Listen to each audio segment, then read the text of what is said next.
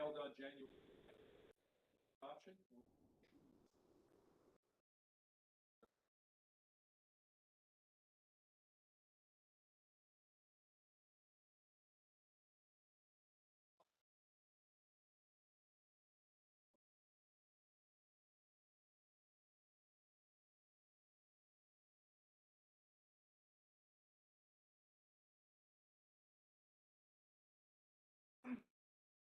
Great, first up.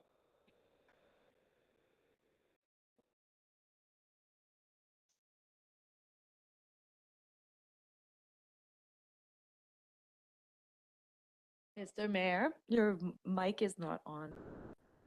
Sorry about I that. thought it was my fault. Not at all. All right. Anybody looking at YouTube after this will have to lip read. I'm not starting again. Okay, with respect to the overview of the public hearing, we will be hearing submissions by telephone this evening, or if we have anybody in council chamber as well. If anyone is listening via the YouTube stream and would like to share their comments on these bylaws, please call now. And that number is 1-800-741-7180. And when prompted, the meeting number is 2773-486-5341. When asked for a password, simply enter the pound or hashtag symbol. And once you're connected, you'll be able to hear the meeting, but will be muted on hold until it's your turn to speak. If you're listening via the live stream, be aware that there is a delay between live and what you're seeing on that live stream. You may let us know that you would like to speak by entering *9 on your phone, and that will raise your hand, and you will know when it's your turn to speak when you are unmuted. We ask everyone for patience during the hearing. We used COVID as the excuse last time, but since we're still online, this will be the excuse for a while now. It's not exactly a smooth process, so we appreciate your patience as we slowly move through switching between speakers. Any person who believes, pardon me, that their interest is in this property is affected by the proposed bylaw will be given an opportunity to be heard. No one will be, should be, or feel discouraged from making their own views known. Members of council may ask questions of you during your presentation for clarification. However, the main function of council at this hearing is to listen to comments and not to debate the merits of the proposed bylaw or the comments that are presented. You will be given 5 minutes for your presentation. I'll call for presentations 3 times before closing the hearing. All right, thanks for the cooperation and the patience on this. Without further ado, we will now move to Justin or Troy. Okay, yeah, Justin, take it away. All right, thank you, Mr. Mayor. Thank you, Mayor and Council, for having this evening. I am Justin Cook. I'm a planner with the planning department here at the city, for those of you who don't know me. And yeah, so the public hearing this evening is for the rezoning of 1400 Ross Street, which is under bylaw 2721, and it is to move the property from a mixture of R2 and RR60 to exclusively R2 zoning. The property abuts the northeast city boundaries and is situated to the east on the top of bank of Kimberly Creek in Morrison Sub neighborhood, or to the east of Morrison Sub neighborhood, north of Summer Sub in the RDEK, and west of Meadowbrook in the RDEK. The site is a prominent ridge moderately sloping from the west to the southeast. And the RR60 that is existing on the property is a remnant of zoning from the lands were part of the RDEK. And since the city expanded its boundary into those lands, they have remained as with that RR60 zoning. However, it is essentially unapplicable to the city of Kimberley based on that we do not have zoning for RR60 within our zoning bylaw. Excellent. Thanks for that, Justin. I think 2008 was when that boundary expansion occurred. So it's been a few years that this has been in the waiting. Maurice, do we have correspondence related to this other than what was brought in this evening? No additional correspondence, but we do have callers.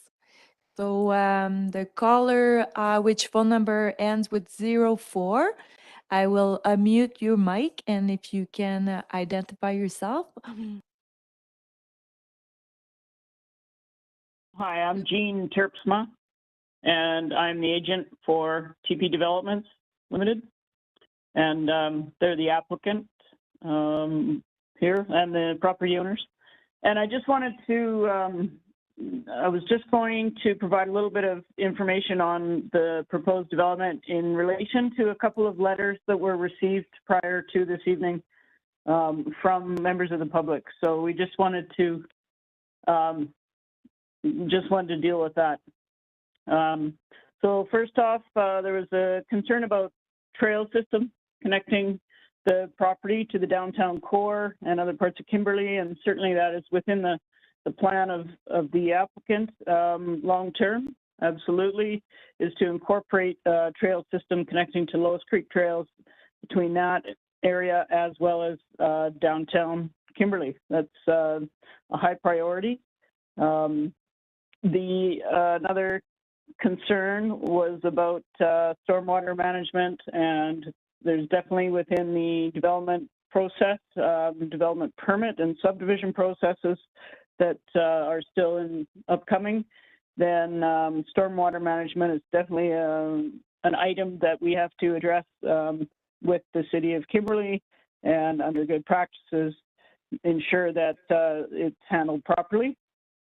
The R2 zone provides a vast amount of option as far as housing options, home-based businesses, and that kind of thing. So definitely the conceptual plan that was submitted with the application is not necessarily an end result plan. It is definitely conceptual at this stage.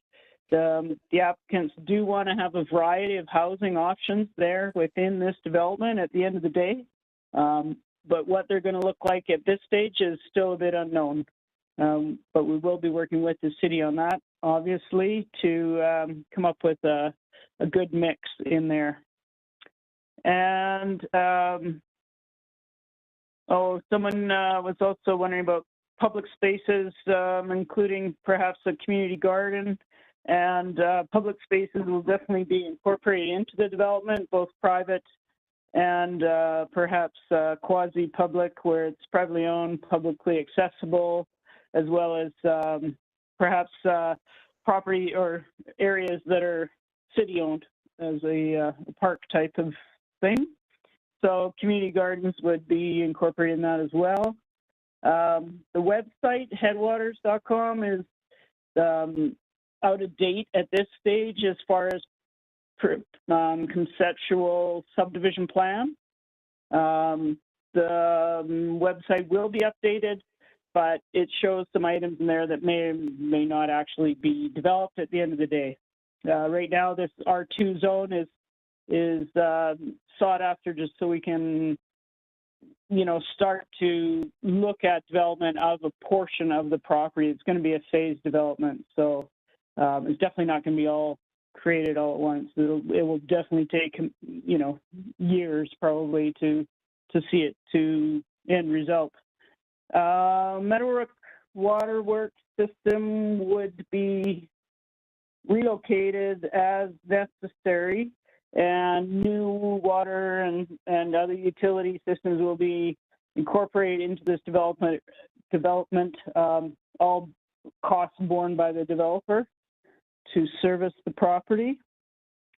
And primary access is intended to be from Ross Road. That's going to be the #1 access route in and out.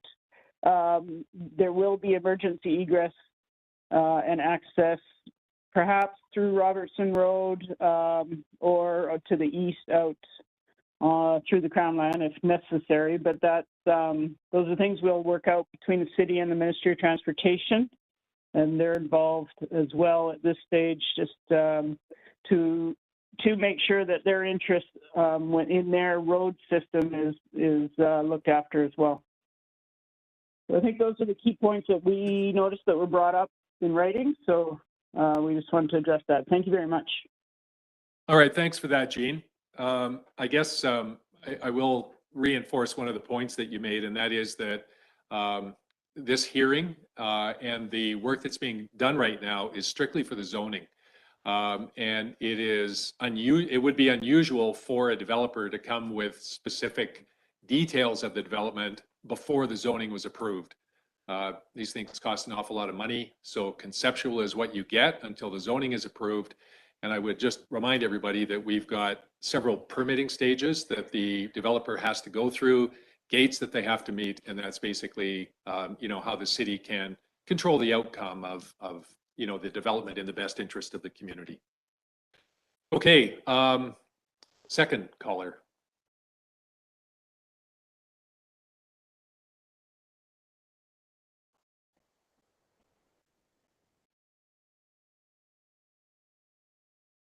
Sorry.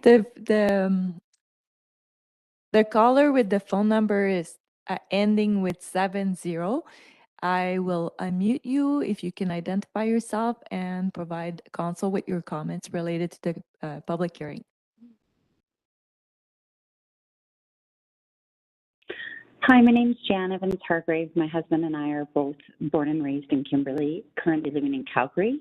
And we're just calling because, we're looking to retire in the next 2 years, and we're very interested in this project and the land that it is surrounding. And so we're just really calling in support of the project and the rezoning.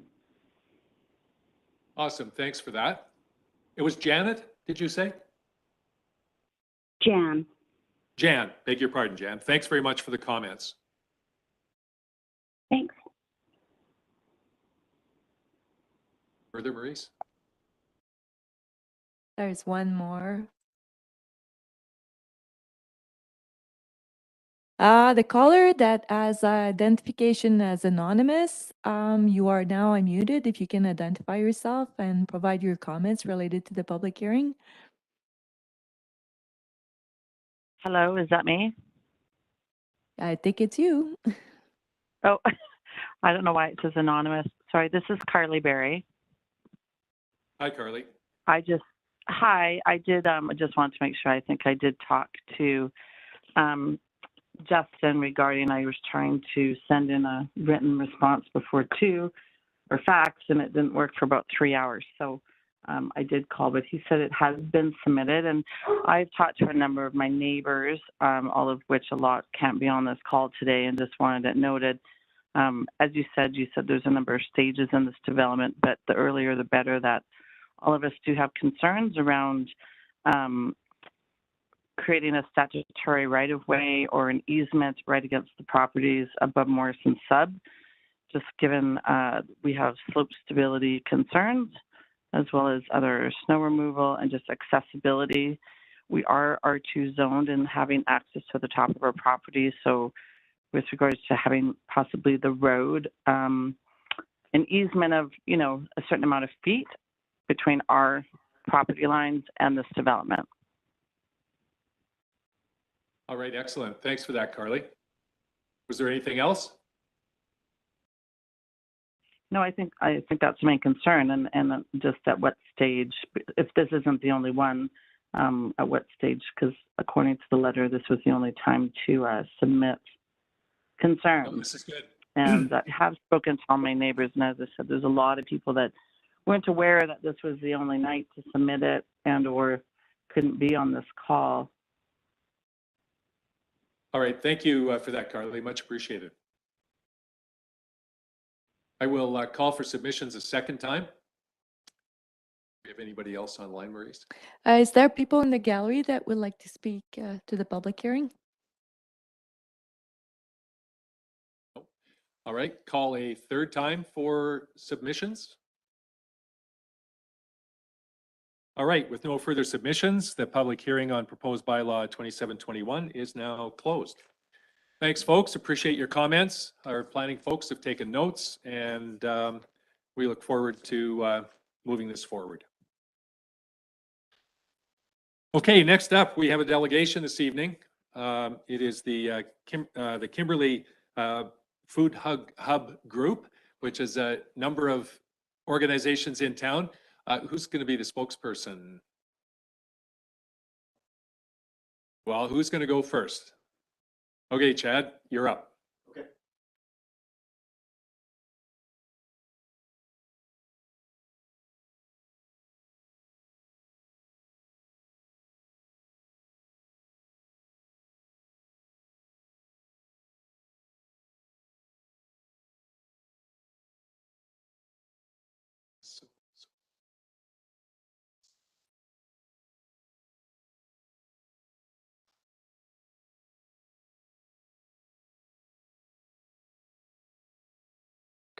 All right, so you'll have roughly 10 minutes or so for the presentation, and then we'll have time for questions from council after. Okay, we'll do our best. So yeah, if you could do your best, that'd be Yeah. awesome. Okay, well, first of all, thank you for having us here tonight. Let us share these ideas and some of our little update on what we're up to in town here. And yeah, offer some opportunities for you to help support what we're up to. So yeah, briefly, I'd like to just introduce everyone. This is Tom Tart from the Kimberley Helping Hands Food Bank. Ingrid Lipa is representing the Kimberley Edible Greenhouse and Gardens. And Shannon Duncan from the Healthy Kimberley Food Recovery Depot and meal program. Oh, and myself, I'm Chad Keeley from Wildsite, Kimberley Cranbrook. Yeah, we're briefly, we're just here to let you know what we're up to and give you an idea of some opportunities for you to support us. Don't worry, we're not asking for money. So yeah, without any more introduction, I'll just pass it on.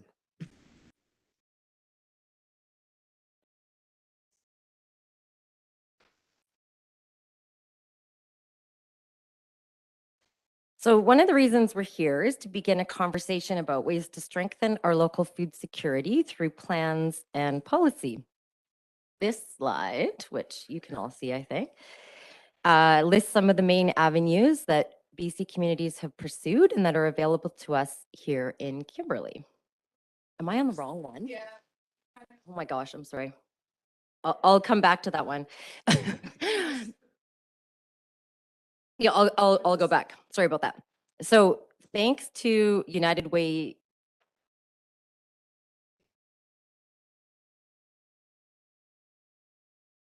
Thanks to United Way BC's support, we're on the next slide actually.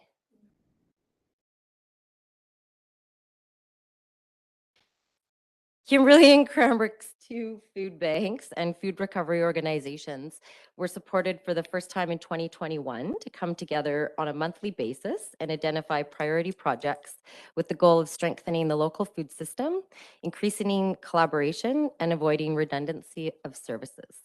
The benefits of collaboration were significant, and the group renewed and expanded its effort thanks to a second year of funding. The list here represents the much larger group of organizations currently participating in this effort, and the list continues to grow. In addition to the full group projects, both Kimberley and Cranbrook food organizations meet separately to pursue issues unique to each community. There's our list of organizations that have been working together for almost 2 years now. And we'll just skip to the next slide. This is a list of our main projects that we have been working on over the last 2 years. We've completed a regional food asset inventory and survey, hosted a mini food security summit in March 2022, and shared and developed best practices on free food calendars and neighborhood food pantries, among other things. Notably, the #1 priority coming out of the March 2022 Food Summit was the development of local food security action plans. The combined Kimberley-Cranbrook effort is currently working on achieving full food recovery, purchasing from local producers, and improving delivery of the local farmers market nutrition coupon program. But this initiative is also very much about increasing awareness, collaboration, and networking across our communities and with our local governments to address community food system and food security needs and opportunities. Before going further, we'd like to introduce each of our organizations. So I'll start with me. Let's switch to you, Tom. So, Kimberley Helping Hands Food Bank, the mission really is to provide food to people in need in our community, healthy food. That's really what our mandate is. That's what our goal is, to take care of people. And that doesn't only include Kimberley, includes areas all the way up to Skookumchuck, Fort Steele, Wycliffe. We've got a bigger area than just Kimberley itself. And these slides here kind of represent what we went through operationally in 2022. So as you can see, we spend about $9,000 plus a month on food. That equates to about 3,000 pounds a month of food. And then we also get donations incoming all the time from all kinds of different groups in the community. That accounts for about 900 pounds a month, which is about $2,700 worth of food. And then we also get about 760 pounds a month from Shannon and Food Recovery. So all those together over the year, it accounts for about almost 60,000 pounds of food a year. And we give out about 108 hampers per month. Okay, you can switch the slide now, please.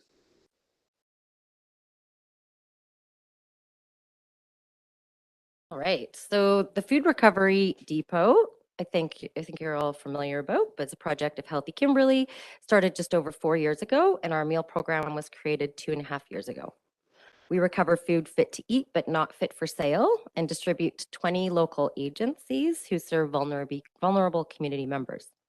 In addition, we host a once weekly open to public, welcoming anyone to access the excess food at the end of the week. To date, we've recovered over 315,000 pounds and prepared over 25,000 servings of meals. Our meal program uses primarily recovered food and also invests approximately $115 a month in supplemental ingredients, which we try to source locally as much as possible. Sorry, 115 pounds, which is about $300 a month.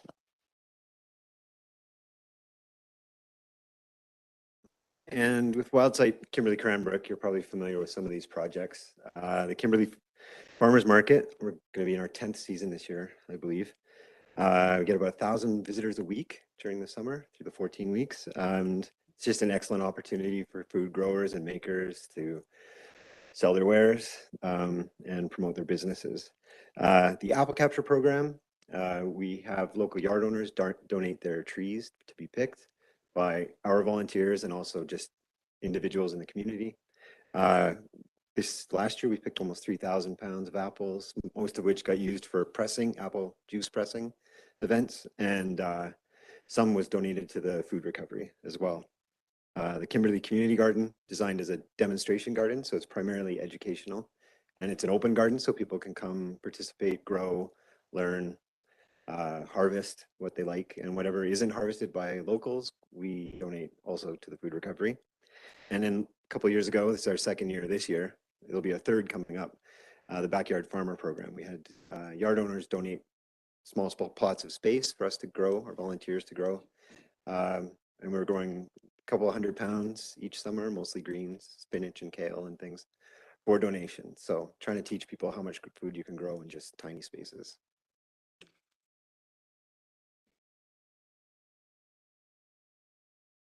Last but not least, here to speak about the Kimberley Edible Gardens and Greenhouse Society, which had its first season at McDougall Park, with thanks to the city for providing that space.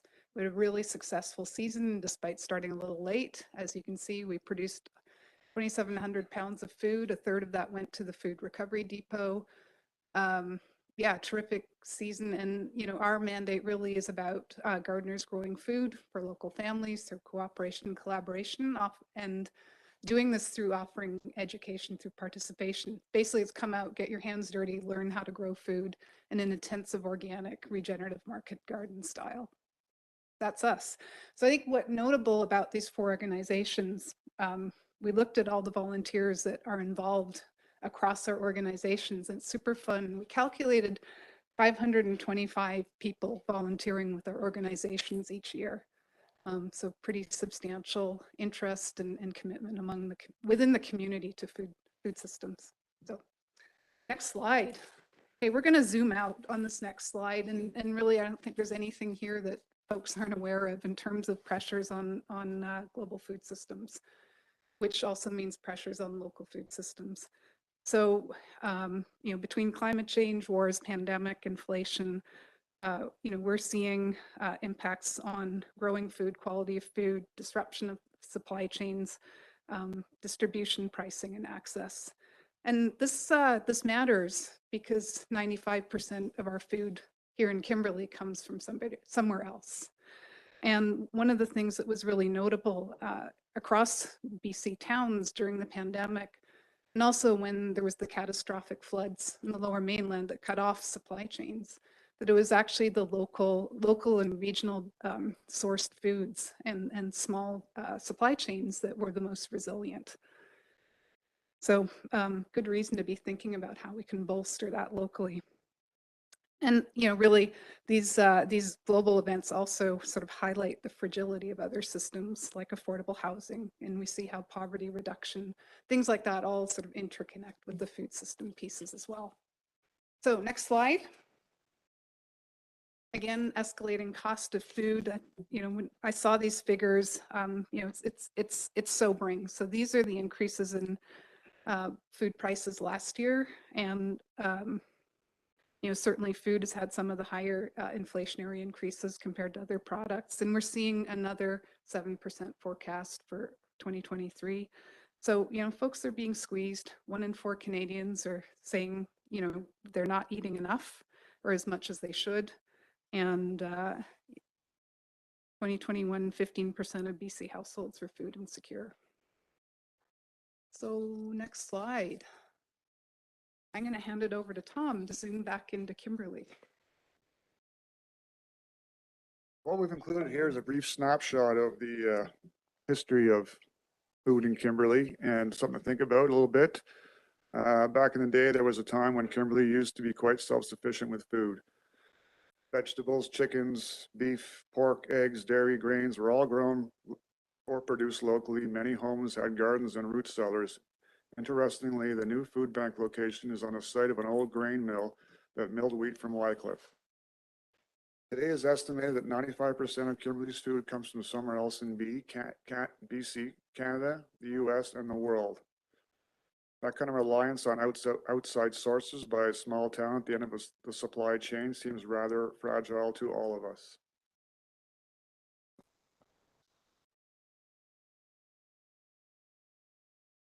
Our vision for Kimberley's food security and food system is quite simple and direct. We very much intended to reflect the sober realities of today's world where, according to Food Banks Canada data released last year, 61% of Canadians believe the cost of housing is the biggest contributor to food insecurity in Canada. We want to see all of Kimberley households have access to healthy, nutritious, affordable food by strengthening local food security, which includes increased local production, processing and storage, recovery and composting both locally and across the East Kootenays. At the same time, we need to integrate climate resilience. We see the value of celebrating local food culture and initiatives, that there is an important place for food initiatives and entrepreneurship in community economic development.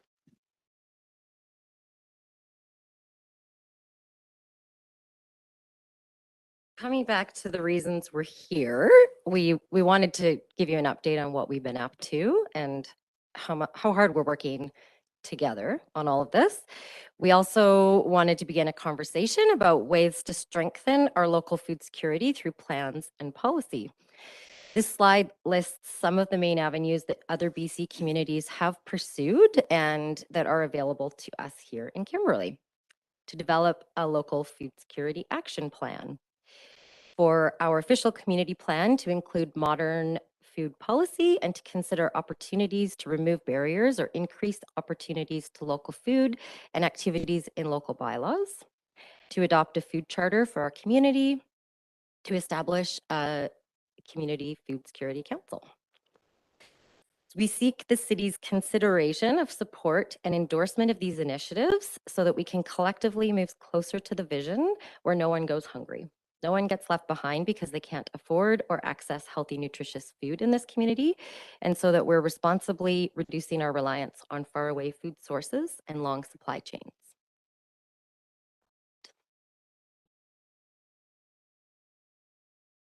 So here's some examples of modern local food policies to be considering with an eye to strengthening local food security going forward. With respect to the first bullet, Kimberley's seeing a real increase in urban growers, a big jump in demand this year in all organizations offering opportunities in this way has been seen in the last couple of years, kind of increasingly, and that demand is expected to keep growing. Their backyard production related food policies that other successful communities have adopted that could facilitate our residential growers. With respect to the second bullet, KEG, the Kimberley Edible Greenhouse and Gardens, is an excellent example of a volunteer group doing a market garden on what was an underutilized space at McDougall Park, providing inspiration and learning opportunities to residents while also growing a really impressive amount of food. There's considerable interest and opportunity to grow this kind of model in our community.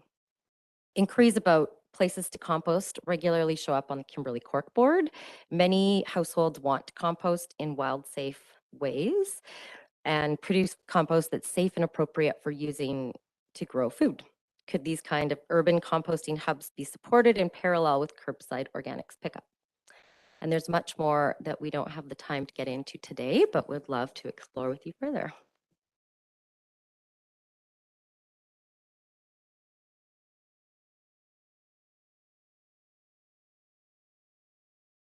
All right, so we've identified a few different urban food production possibilities or priorities. Mainly, these include just a lot of support for these kinds of projects and helping us to grow these projects in the future. And so this would include backyard and urban farm projects through local area grant initiatives, through just community recognition of these projects and an openness to help us grow them, including identifying different locations on various public lands, including SD6 lands potentially, and also stewarding inclusion of these sort of food spaces in new developments, future developments.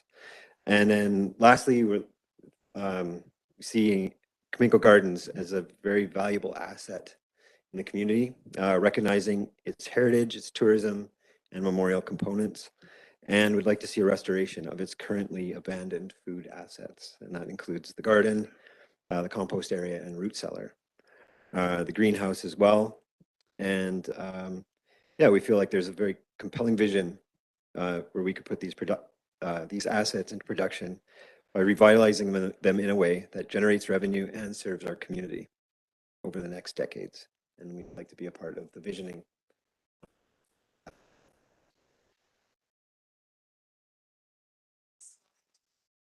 I'm going to take a shot at summarizing all that. So, recognizing when we're talking about food systems and food security, we're talking about complex challenges. And really, what we're presenting here is ideas to start a conversation. So we've been working hard and we're just looking for where are those opportunities to move forward. And really I think one of the number one things on our list is the Food Security Action Plan, and getting going with that in this year. In terms of updating local food policies, we've assembled about 30 examples of modern local food policy that we'd be very, very happy to share with the city for consideration. Again, as already mentioned, to keep the food production potential of Cominco Garden assets in mind as the city proceeds with its revisioning or any sort of revitalization of Cominco Gardens. And I think just given that we're working like this, it would be great to identify a city liaison or representative that we can be in contact with. So that's really bringing it all together. We've covered a lot, and I think if we want to leave you with one impression, hopefully it's the knowledge that we're very passionate about and invested in the resilience of this community and growing the local food system and ensuring food security for every household. Awesome. Yeah. Thanks, folks. Councillor McBain. Well, I'm really impressed and thank you for all four of you being here.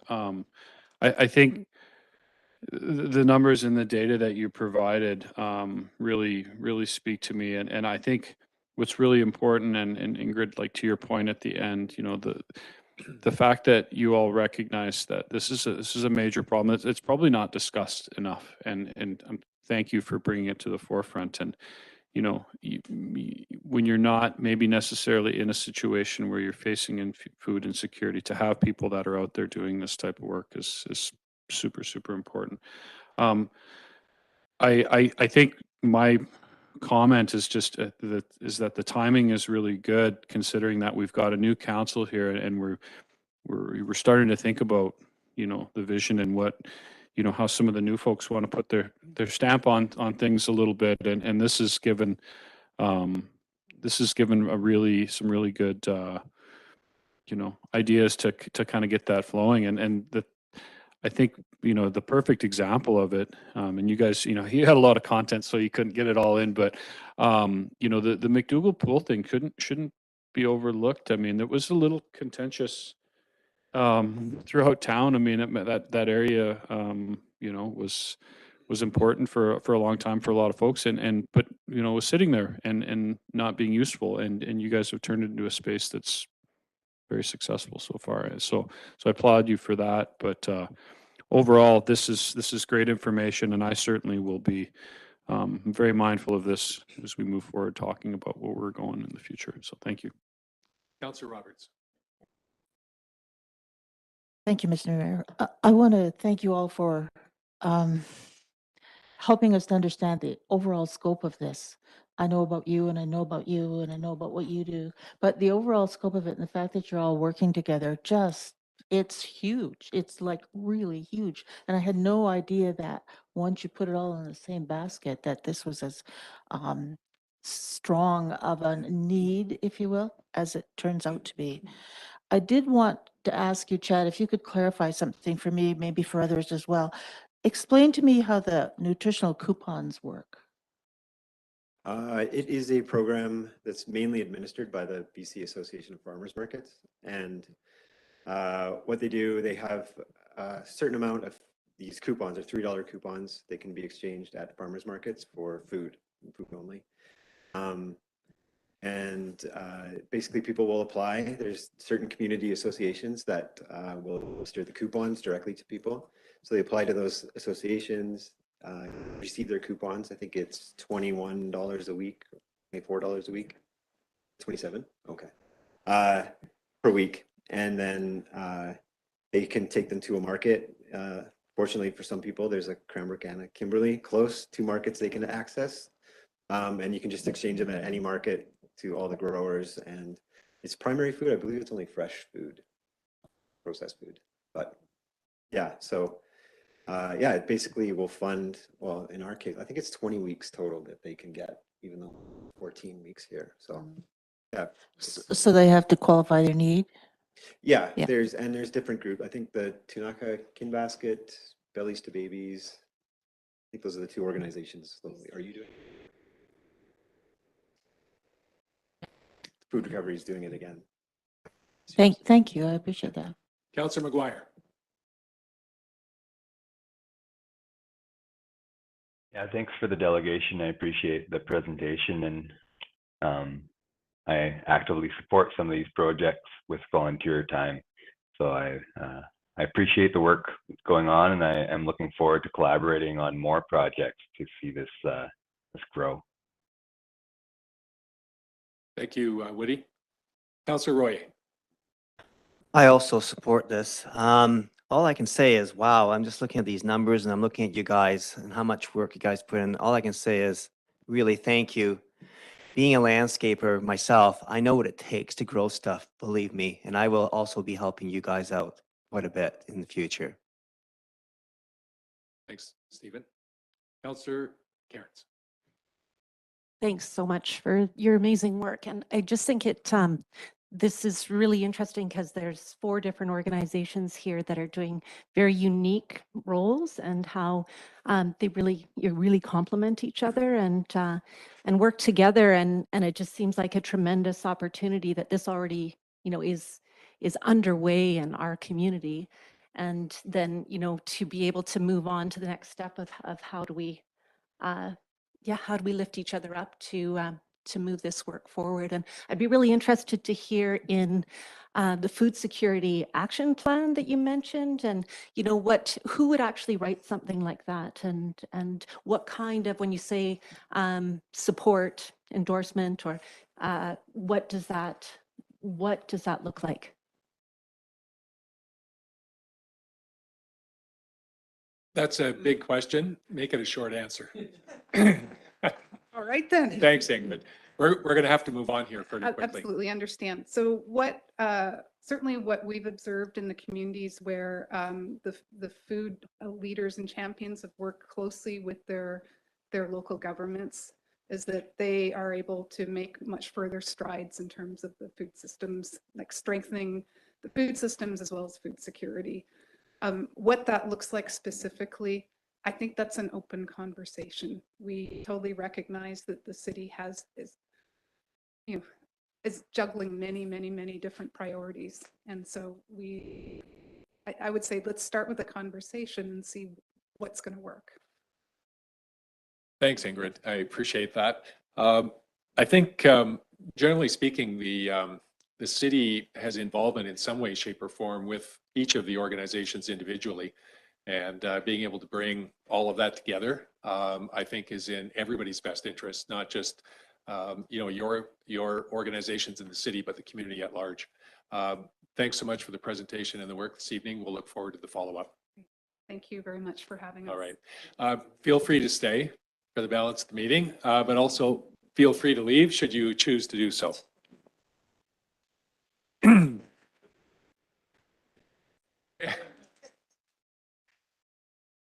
Okay, next up, we have the zoning amendment bylaw 2721 for 1400 Ross Road. And the resolution on the table is the council approved third reading of the bylaw. Could I have a mover, please? Councillor McBain, thank you. Councillor Karen seconds. Discussion. Go ahead. Thanks, Justin. Thank you, Mr. Mayor, and thank you again, Council. So I won't dwell too much longer. We've already gone over the overview of the property, but a couple of additional things to note here is that with the rezoning process, there is an application into the Ministry of Transportation, which is still seeking final approval, which will be needed before adoption on that.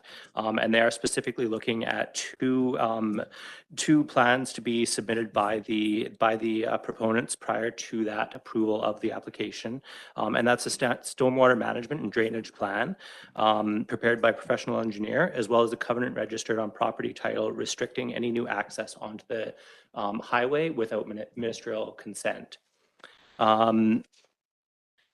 And yeah, I think just to reiterate some of the earlier points made, this is the first step in the development process. And so subdivision and development permits will be that next step that some of those details pertaining to access to the site, the road network, and what the overall development looks like will be ultimately ironed out through. And so the comments, we are diligently taking notes and we'll take those into consideration as they move on to the next steps. All right, excellent. Thanks so much, Justin. Councillor McBain. Yeah, one thing I wanted to point out is I really appreciate staff's the layout of this report is really helpful in how you laid it out, Justin. It's very readable. But the thing that I like the most is you're we have the OCP in hand, and we've talked about this as council before, and it's a guideline, and it's kind of it gives us some direction to where to go, but it's not, in my mind at least, not meant to be super prescriptive. And what I wanted to say is I really appreciate the fact that you recognize that there's some things that maybe don't line up perfectly with the OCP, but you've identified it, and you've basically said these can be, we can work on this and we can get them lined up. So I appreciate that you're not looking at it as a prescriptive document, and because there are going to be things that don't necessarily fall perfectly into it that might be a great idea.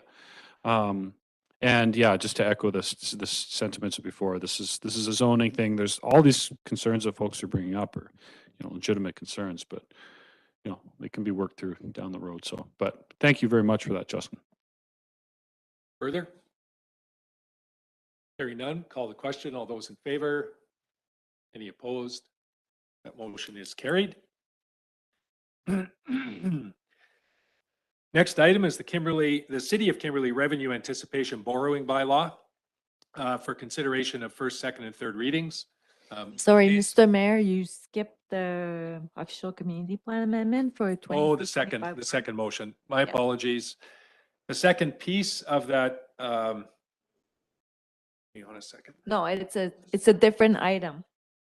Item 1.2, Yeah. it's a different property. Oh, I skipped 1.2. Beg your pardon. Put a check mark beside it. In anticipation. Okay, so we have two motions on this next item. One is the OCP amendment, the other is the zoning amendment, and we'll do first reading of bylaw 2735 first, which is the OCP amendment. Could I have a mover, please? Councillor McBain, thank you. Councillor Royer seconds. Discussion. Hi again. Take it away, Justin. Thanks so much. Yes, so we have received applications for official community plan amendment and zoning amendment to the property that is located at 2325 Warren Avenue. This property is currently scheduled as residential under the OCP and C3 commercial under the zoning bylaw. And the applicant is looking to reschedule a property to commercial under the OCP and C1 commercial under the zoning bylaw. This property used to be a gas station and has since undergone remediation work to allow development to occur on the property. And to allow that to move forward, it needs to be rezoned. The applicant has provided preliminary plans showing that they would like to develop two fourplexes on the property. That will be the next phase of development, much like the previous discussion from 1400 Ross Road, that will need to be worked through a subdivision and/or development permit process. Yes, thank you. I think Okay, cool. there's any Thanks, other Justin. questions. And just for clarification, this is the property beside Top Crop. A couple that, doors down, has been empty, that empty service station lot for a long time.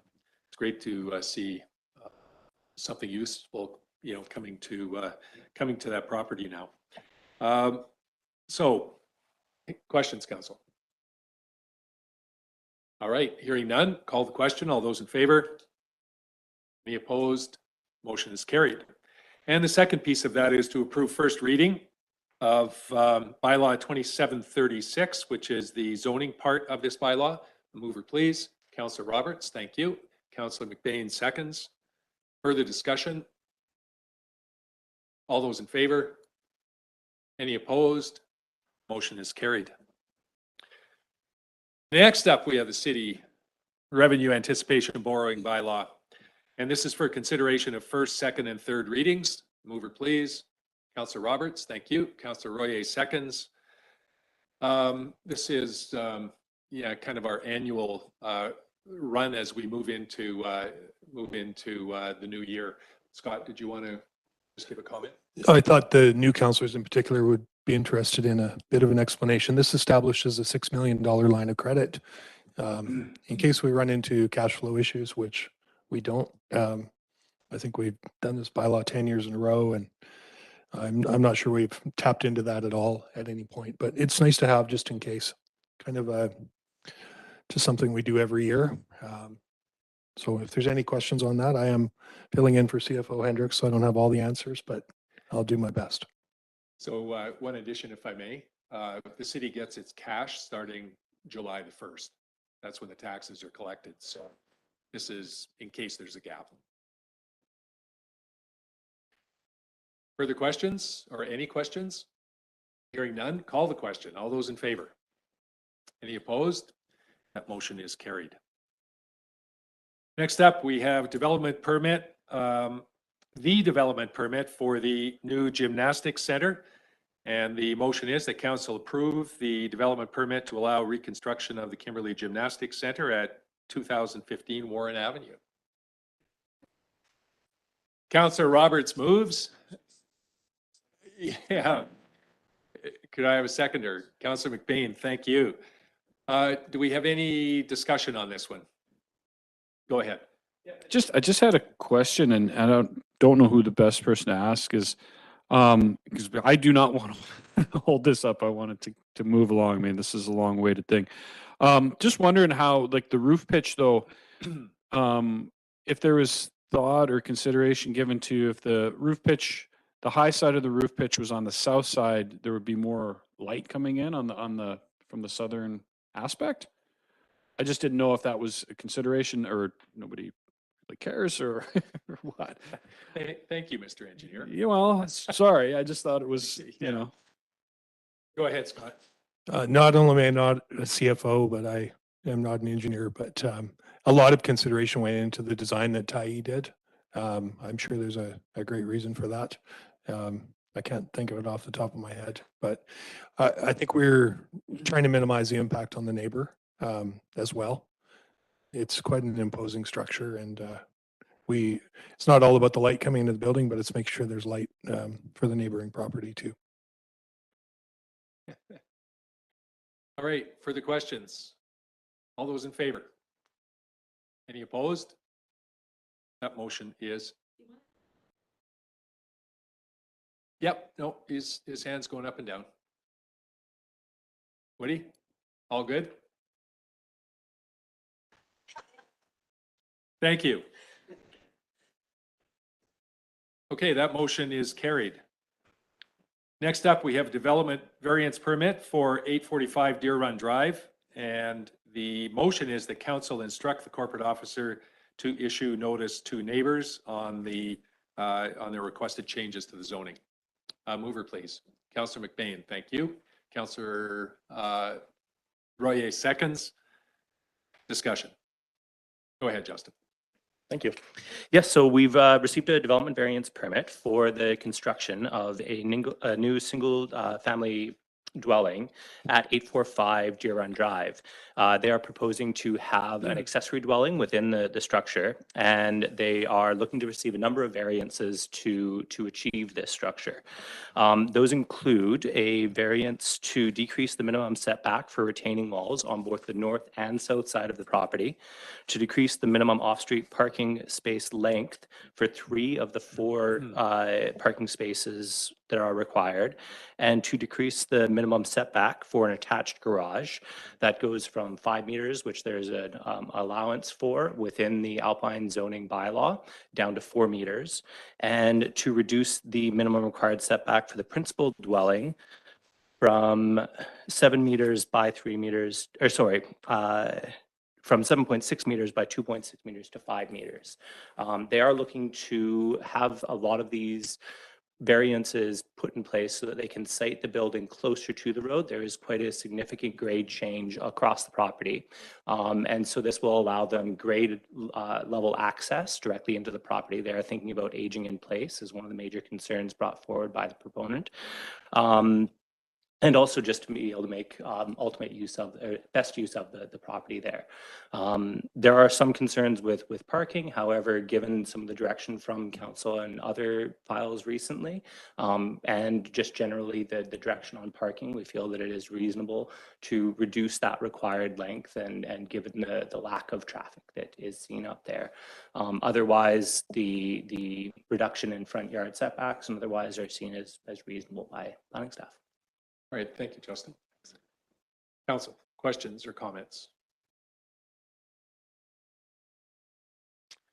Yeah, I would just say my only comment is these are pretty unique lots, and there isn't, Justin, you pointed out there isn't a lot to work with there, and there's a considerable amount of engineering, slope stability, foundation work here that needs to be done.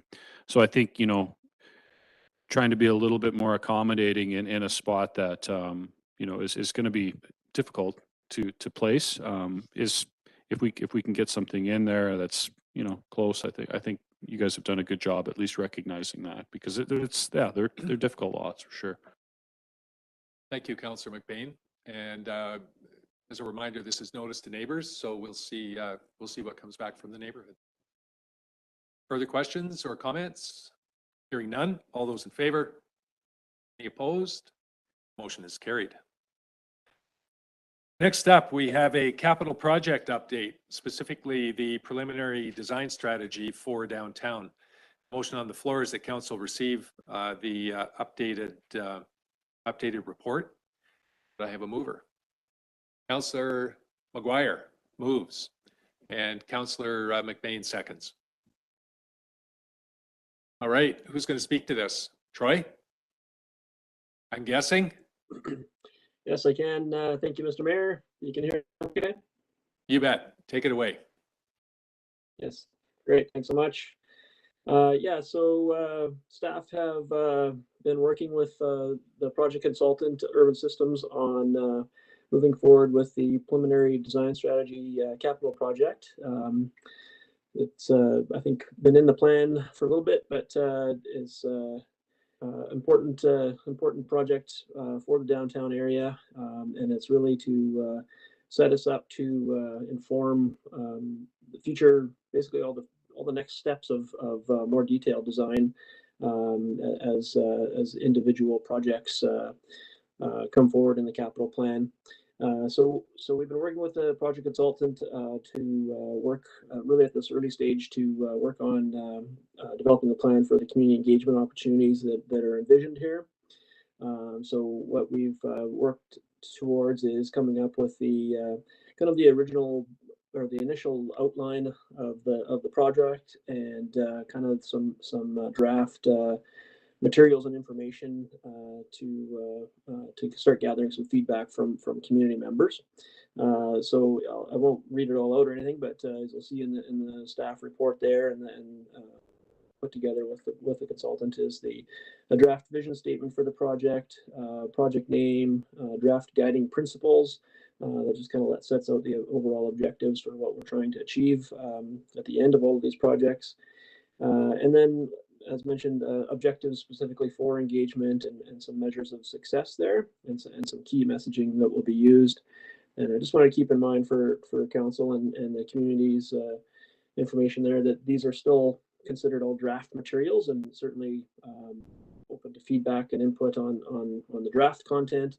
And then we'll, part of the attachment in the report there is some of the original or the draft message boards that we put together that will be used in the workshops. So what we're planning in terms of engagement and gathering some feedback from community members on, we'll be of course be using the popular Engage Kimberley site. That's been a very useful tool for projects like this, and continue to keep using that. That'll be kind of a placeholder for the information where people can go at their own convenience and view the information, provide their feedback in a couple of different ways. But we'll also be planning a public open house on February the 7th in the evening, and we'll be sending out and having information available with more details on that process. And then earlier in the day on February 7th, we're also planning a kind of an invited stakeholder workshop. So, invitations will be going out shortly to a number of the identified stakeholders, and we'll gather that afternoon and go through presentation materials and some kind of guided questions and discussion on how that will work there. So again, the Engage Kimberley site will be kind of a placeholder for all that information with a web map and opportunities for input on the project there. And then at a future meeting, we'll be coming back to council to kind of relay an overview of what we heard and kind of draft strategy, draft concept plans for initial review before going back to the community for feedback on those draft materials. So a couple rounds of engagement planned here before any kind of final presentation of a plan here. So the whole idea for tonight is just to make sure council and the community is receiving an update on where we're at with that project and try to help spread the message about the upcoming engagement opportunities and we'll shortly be launching some information about those about the information about the opportunities to provide feedback. And like I said, we'll be coming back to council in a couple months or so with an update on what we've heard and where we're going next with the project. All right, excellent. Thanks so much, Troy. You bet. So just by way of a little bit of history, it was around 5, maybe 6 years ago, there was a couple of reasons to start talking about a downtown redevelopment. It had to do with infrastructure replacement and some issues around that corner on Jerry Sorensen Road by the visitor center, just some less than ideal configurations downtown. And a very, very preliminary concept was put out and caused quite a furor, particularly with a lot of the businesses downtown. I want to emphasize that not only, as Troy has mentioned, is this early stages, but there is nothing in the budget beyond the money for the concept design to do any work in this next 5-year financial plan. Now that can change as plans change, but I want to emphasize that this is not an imminent project, so I don't want everybody to kind of go off the deep end and start getting down into the weeds on the specifics of of detail.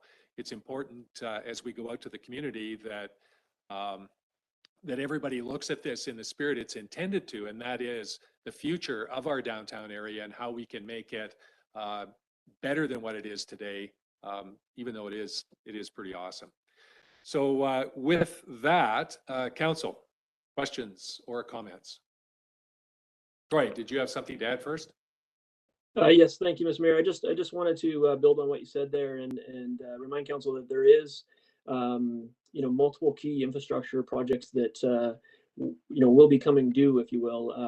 Where there's water, sewer, stormwater infrastructure that's getting to that age where it's in need of repair, in need of upgrade, and there will be works required throughout the downtown area, and we're talking multiple projects over multiple years for sure. So and a big part of this, of course, is just trying to get a coordinated approach to not only prioritizing and making sure those are done efficiently and effectively and everything, but also just to kind of make sure we're kind of tying together that whole downtown area and those connections to the surrounding neighborhoods, making sure there's a coordinated approach to kind of how that's going to look and feel afterwards.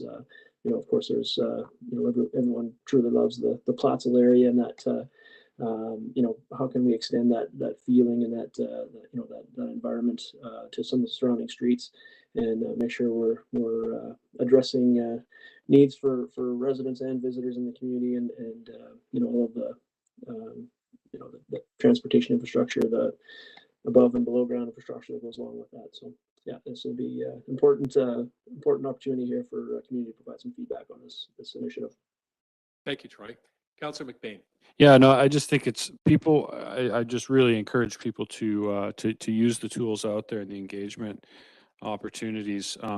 Kimberley's, is a mining town that most of the streets and layout was ad hoc designed essentially around mining operations. And so now this is a chance for, we have a ton of new people, new demographic moving in here, all kinds of, people with exciting ideas and business owners. And this is a chance to be heard and kind of, put your vision out there. So this is a great opportunity to get involved on all kinds of platforms. So I'm excited to see what folks have in store. Councillor Roberts.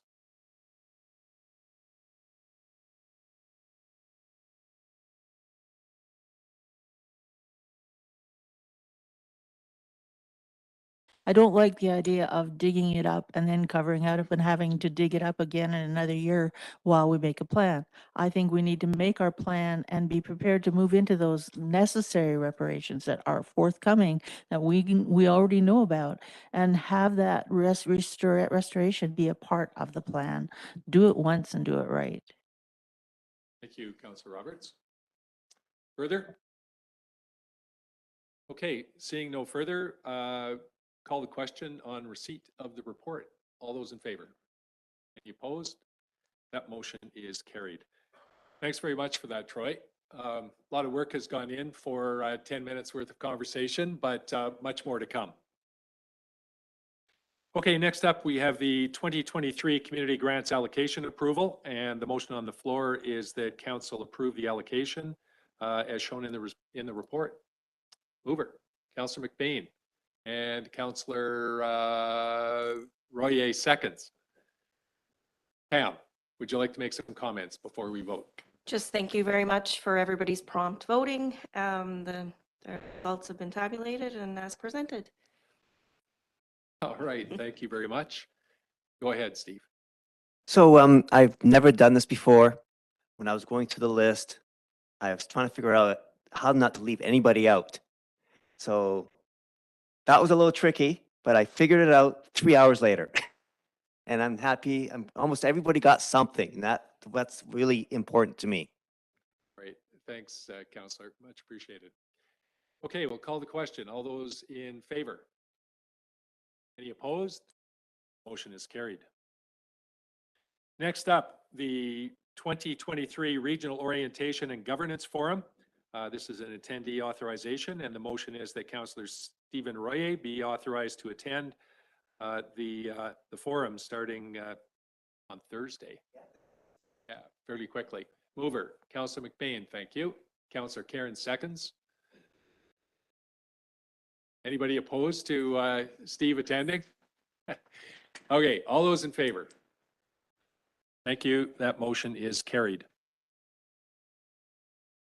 And finally, well, almost finally, the check run in the order of $450,431. A mover, please. Councillor McBain, thank you. And Councillor Roberts seconds. Any usual items anybody wants to point out? Sandra? Nothing unusual, Mr. Mayor. It's a rather small check, beginning of the year, a bit of new investment in software, but other than that, pretty ordinary. All right, awesome. All those in favor? Any opposed? Motion is carried. And we have some correspondence this evening, a couple of items. Mover to receive. Councillor McBain, thank you. Councillor Karen seconds. Any comments? All those in favor? Any opposed? That motion is carried. All right, we do have, pardon me, we do have an in-camera covering a couple of items this evening.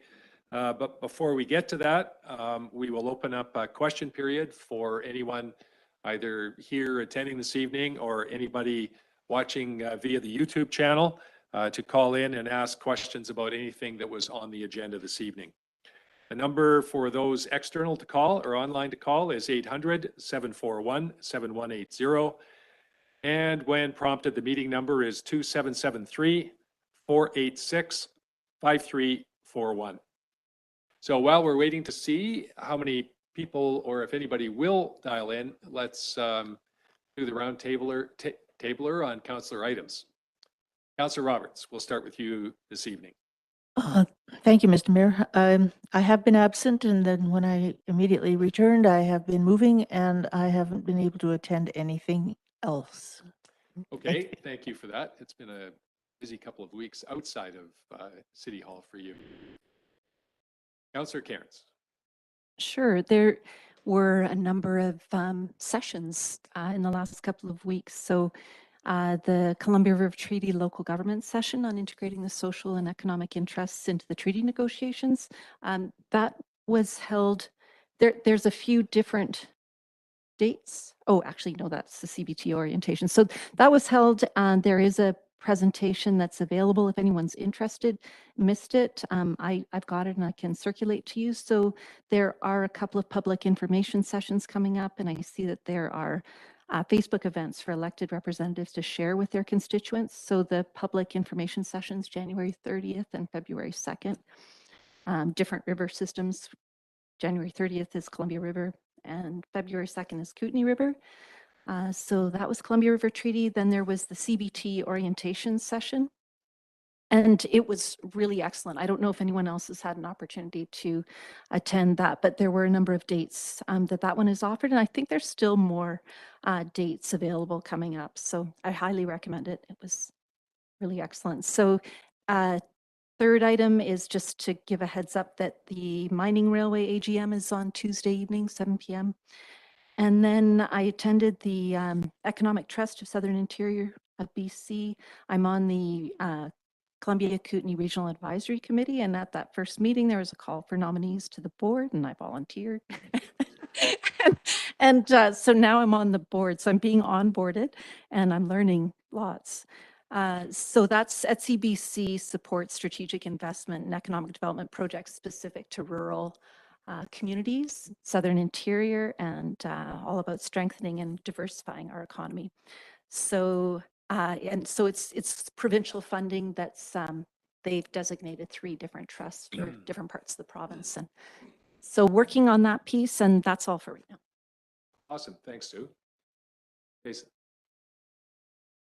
Just a health center meeting this last week. The biggest thing out of that is we're still looking for new directors. So I know, Sue, you've already signed up for a whole bunch of things by the sounds of it. So sounds like you're busy, but to anyone out there who's is listening, yeah, it's a need that needs to be filled, and it's good work. But other than that, I think I've got a library meeting coming up this week. But that's it. Kevin. Nothing really to report. Will be attending the Kimberley Underground Mining Railroad Society AGM tomorrow. Should be an exciting year, lots of plans, and I look forward to working with them. Awesome. Thank you. Stephen. I don't have too much to report, except this Wednesday I'll be doing a deer count in my area, so we can keep track of how many deer we have in our city, so that we can report it to the provincial government and maybe come up with a plan, who knows. And also, I'm happy to report that I have a brand new grandson born 3 days ago. So I'm super excited. That's awesome, man. Congratulations. Woody, anything to report from India? Yeah, no major updates here. I plan on catching up on some of those sessions that were recorded, but the timing doesn't quite work for catching them live, because it would be 1 a.m. here for some of them. Yeah, no kidding. I hope things are going well. We're looking forward to having you back. Yeah, looking forward to coming back. Awesome. Thanks, Woody. A couple of summarizing things from the past week from me. I attended a Tourism Kimberley board meeting. TK has several new board members, a lot of new energy, and a lot of good work is underway. Had a couple of days of regional district meetings. There was nothing really significant to report from that. I'd kind of sent notes out had there been something of interest.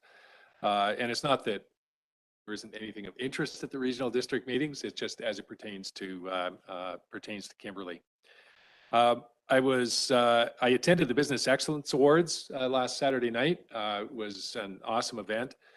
We had 3 excellent nominees for each of the dozen or so categories. So there were about 36 businesses nominated, 12 winners overall. It was a really, really fun event. And it was really good to see the really awesome businesses that we have in Kimberley right across the entire spectrum recognized for the evening.